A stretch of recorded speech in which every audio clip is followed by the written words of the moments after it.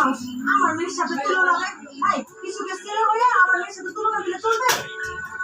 মা শেষে হাজার পেলে চক্র পাচ্ছিলেন ভাবি আপনার মতো সবই ঠিক মতো চলতেছে।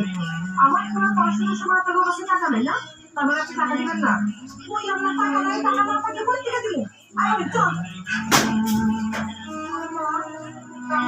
স্কুলে যাবো না, বই খোলা কিছু লেখাপড়া, কোনো লেখাপড়া করা লাগবে না।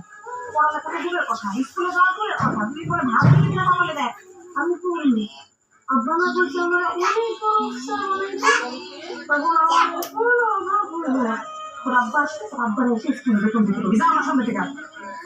আম্মা আমি স্কুলে যাই, আমি বলছি না কোনো পড়ালেখা করা লাগবে না, কোনো স্কুল নাই, যা।